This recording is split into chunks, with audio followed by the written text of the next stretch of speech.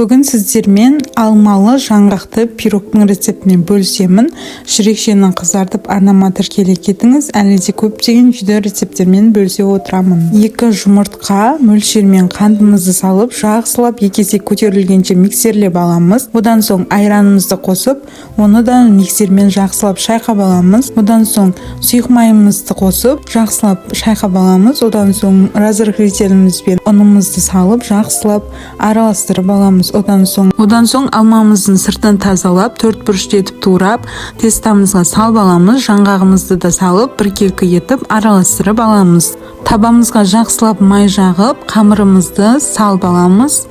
Қамырымызды біркелкі етіп, табамызға жайып орналастырып шығамыз. Үстінен жаңғақтарымызды сеуіп, 180 градуста қызған пешімізде 20-25 минут пісіріп аламыз.